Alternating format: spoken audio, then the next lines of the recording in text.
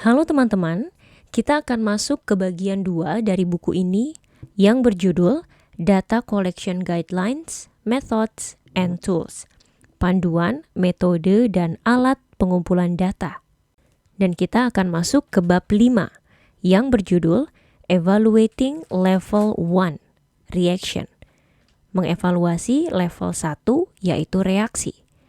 Di dalam bab 5 ada 4 topik yang akan dibahas. Yang pertama, methods, tools, and techniques, metode, alat, dan teknik. Yang kedua, timing atau waktu. Yang ketiga, keep it simple, buatnya sederhana. Dan yang keempat, summary atau kesimpulan. Kita akan mulai bagian 2, panduan, metode, dan alat pengumpulan data. Bagian 2 berisi panduan, metode, dan alat untuk mengumpulkan data program sehingga analisis yang bermakna dapat dilakukan. Metode-metode ini praktis dan fleksibel sehingga dapat disesuaikan untuk mengevaluasi secara efektif berbagai jenis program di berbagai organisasi. Kami sering ditanya, apakah metode ini dapat bekerja di bidang pendidikan, pemerintahan, militer, dan nirlaba dengan cara yang sama seperti di perusahaan? Jawabannya adalah iya. Metode ini bekerja untuk semua jenis organisasi dan program apapun. Kami juga sering ditanya, apakah 4 level dapat digunakan untuk mengevaluasi efektivitas program dan acara selain program pelatihan? Jawabannya juga iya. Metode ini dapat disesuaikan untuk mengevaluasi jenis program apapun. Sebagai contoh, 4 level dapat digunakan untuk merencanakan dan mengevaluasi peluncuran produk, inisiatif besar, dan pencapaian tujuan. Salah satu pembeda dalam New World Kirkpatrick Model adalah bahwa 4 level tidak hanya digunakan untuk mengevaluasi apa yang telah terjadi. Mereka juga digunakan sebagai sarana untuk memaksimalkan implementasi dan hasil, sehingga lebih banyak hasil yang dapat dilaporkan. Investasi dan pentingnya program menentukan sejauh mana setiap level dievaluasi. Bagian ini memberikan panduan tentang bagaimana mengevaluasi berbagai jenis inisiatif dan program, serta sumber daya yang mungkin dialokasikan untuk upaya tersebut. Yang penting, bagian ini menekankan fakta bahwa level-level tersebut tidak terpisah dan tidak boleh dievaluasi secara terisolasi satu sama lain. Dalam bab-bab yang membahas setiap level, prinsip-prinsip utama diperkenalkan. Tetapi alat evaluasi yang sebenarnya dibahas di bab 11. Sekarang kita masuk ke bab 5, evaluasi level 1, yaitu level reaksi. Level 1 atau reaksi adalah level yang paling dikenal oleh para profesional pembelajaran dan dapat dikatakan sebagai salah satu yang paling sederhana untuk dievaluasi. Namun, ini tidak berarti bahwa evaluasi dilakukan secara efektif atau bahkan benar dalam sebagian besar kasus. Bab ini menjelaskan cara mengevaluasi ketiga komponen level 1, yaitu level reaksi, terkait dengan keterlibatan, relevansi, dan kepuasan pelanggan, sambil menghemat sumber daya untuk mengevaluasi level yang lebih tinggi dan lebih penting. Level 1 atau level reaksi adalah tingkat sejauh mana peserta menemukan pelatihan yang menyenangkan, melibatkan, dan relevan dengan pekerjaan mereka. Topik, metode, alat, dan teknik. Level 1 adalah tempat untuk menghemat sumber daya, bukan menghabiskannya. Kunci dari level 1 adalah dengan cepat dan efisien mendapatkan informasi yang Anda butuhkan untuk memastikan bahwa kualitas program dan instruktur dapat diterima. Selanjutnya tentang metode evaluasi formatif. Salah satu cara sederhana dan murah untuk mendapatkan informasi yang diperlukan adalah dengan memasukkan metode evaluasi formatif ke dalam program Anda, jika belum digunakan. Formatif berarti mengevaluasi selama program berlangsung. Berikut adalah manfaat menggunakan metode formatif. Ada 4. Yang pertama, pelatih mendapatkan umpan balik segera dan dapat menyesuaikan pendekatan pengajaran dan atau isi program untuk memenuhi kebutuhan peserta. 2. Masalah yang terkait dengan fasilitas seperti suhu ruangan, catering, dan pencahayaan juga dapat segera diatasi dengan sedikit sumber daya. Yang ketiga, keterlibatan dan kepuasan meningkat karena peserta merasa didengar dan melihat respons langsung terhadap kekhawatiran mereka. Dan yang keempat, keterlibatan meningkat jika gangguan dan ketidaknyamanan teratasi. Berikut adalah contoh metode evaluasi formatif yang dapat digunakan sebagai pengganti atau tambahan survei pasca program yang umum. Ada 3.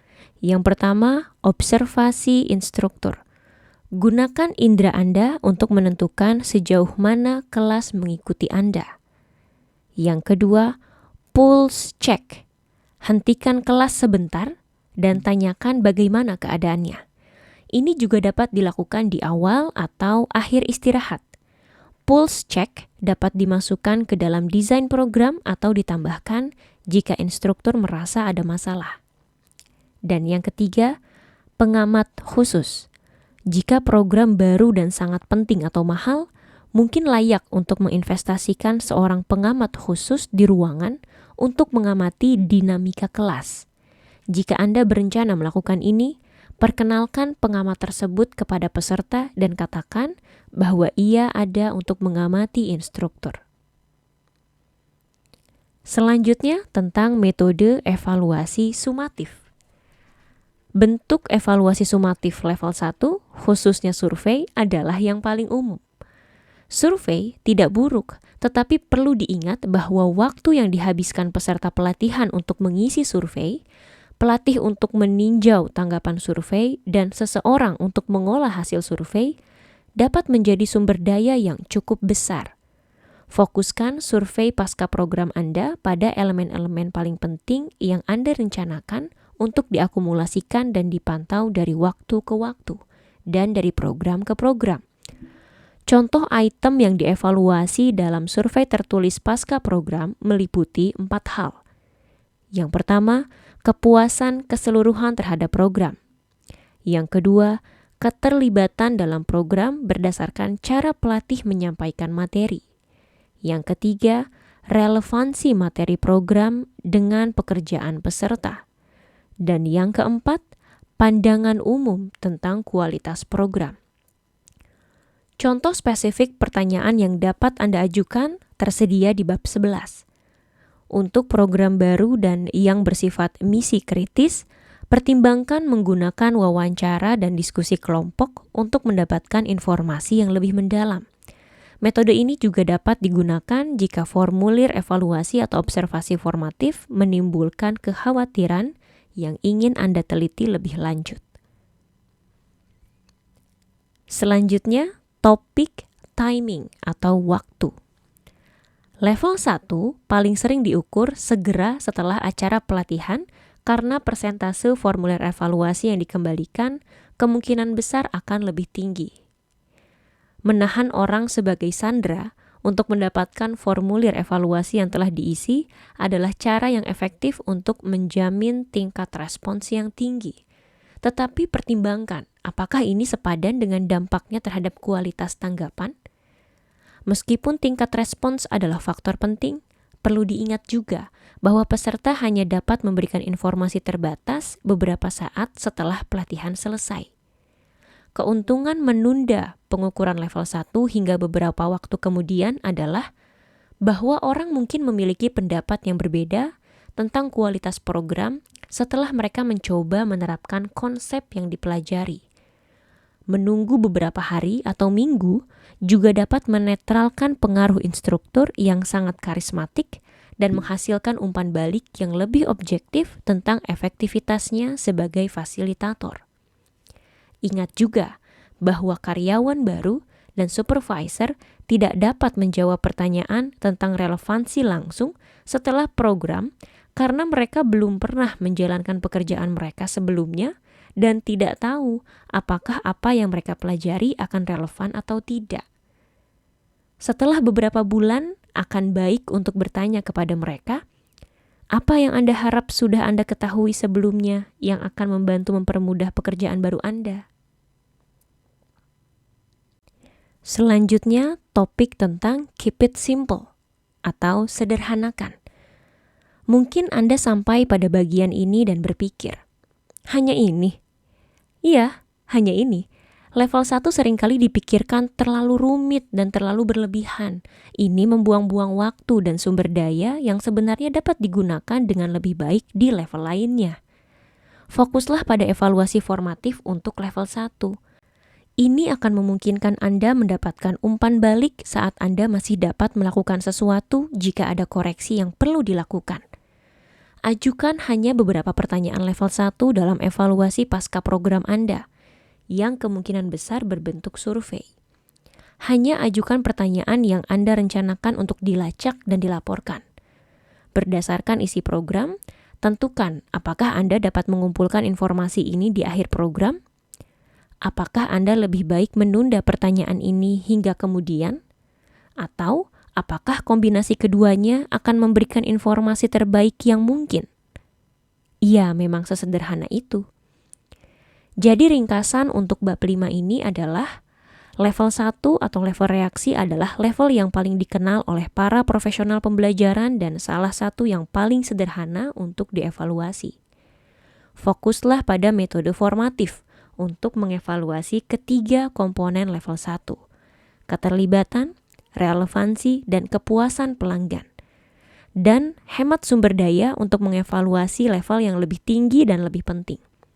Ajukan hanya beberapa pertanyaan yang Anda rencanakan untuk dilacak dan dilaporkan dalam evaluasi pasca program Anda, yang paling sering berbentuk survei. Ini adalah akhir dari bab 5, Evaluating Level 1, Reaction, mengevaluasi level 1, reaksi. Selanjutnya kita akan masuk ke bab 6, yang berjudul Evaluating Level 2, Learning, mengevaluasi level 2 yaitu pembelajaran. Di dalam bab 6 ada 3 topik yang akan dibahas. Yang pertama metode, alat dan teknik. Yang kedua waktu. Dan yang ketiga kesimpulan atau summary. Sampai jumpa di bab 6.